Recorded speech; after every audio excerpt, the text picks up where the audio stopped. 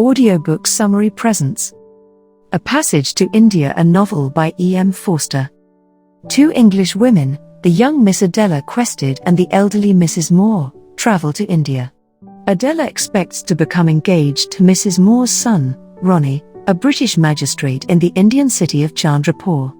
Adela and Mrs. Moore each hope to see the real India during their visit, rather than cultural institutions imported by the British. At the same time, Aziz, a young Muslim doctor in India, is increasingly frustrated by the poor treatment he receives at the hands of the English.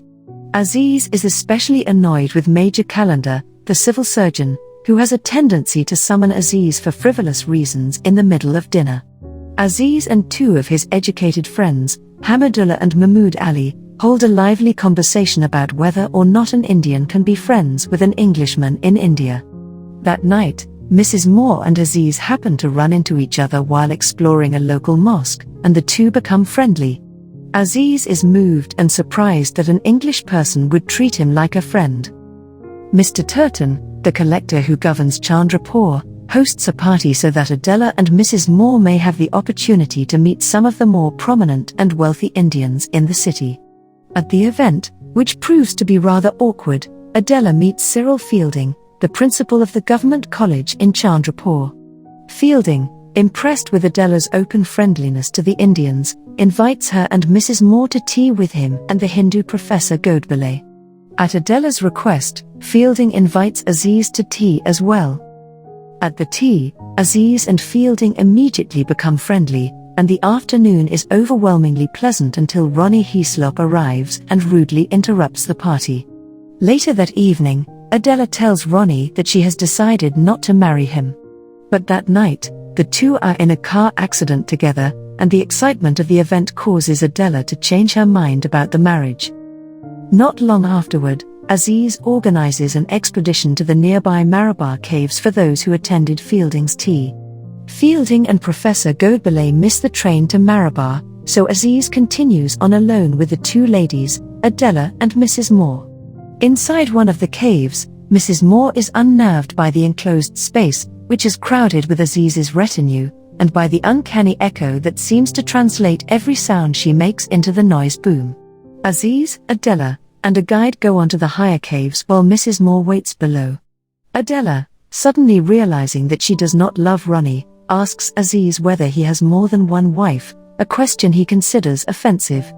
Aziz storms off into a cave, and when he returns, Adela is gone. Aziz scolds the guide for losing Adela, and the guide runs away. Aziz finds Adela's broken field glasses and heads down the hill. Back at the picnic site, Aziz finds Fielding waiting for him. Aziz is unconcerned to learn that Adela has hastily taken a car back to Chandrapur, as he is overjoyed to see Fielding.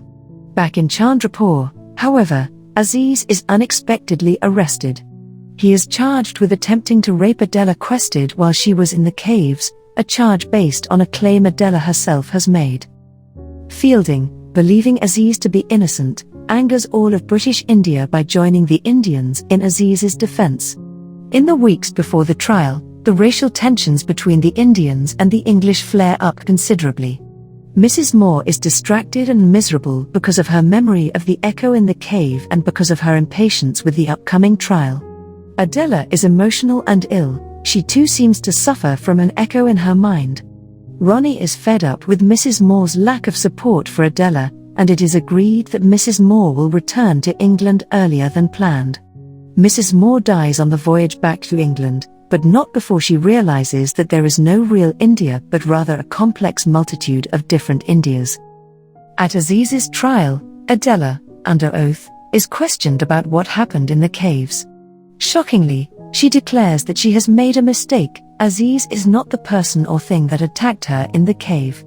Aziz is set free, and Fielding escorts Adela to the government college, where she spends the next several weeks. Fielding begins to respect Adela, recognizing her bravery and standing against her peers to pronounce Aziz innocent. Ronnie breaks off his engagement to Adela, and she returns to England. Aziz, however, is angry that Fielding would befriend Adela after she nearly ruined Aziz's life, and the friendship between the two men suffers as a consequence. Then Fielding sails for a visit to England.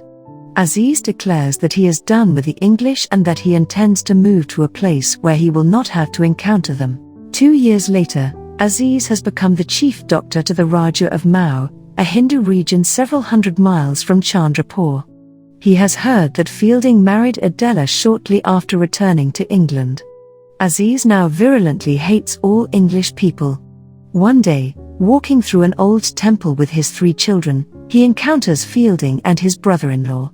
Aziz is surprised to learn that the brother-in-law's name is Ralph Moore. It turns out that Fielding married not Adela Quested, but Stella Moore, Mrs. Moore's daughter from her second marriage. Aziz befriends Ralph. After he accidentally runs his rowboat into Fielding's, Aziz renews his friendship with Fielding as well. The 2 men go for a final ride together before Fielding leaves, during which Aziz tells Fielding that once the English are out of India, the 2 will be able to be friends. Fielding asks why they cannot be friends now, when they both want to be, but the sky and the earth seem to say no, not yet, no, not there.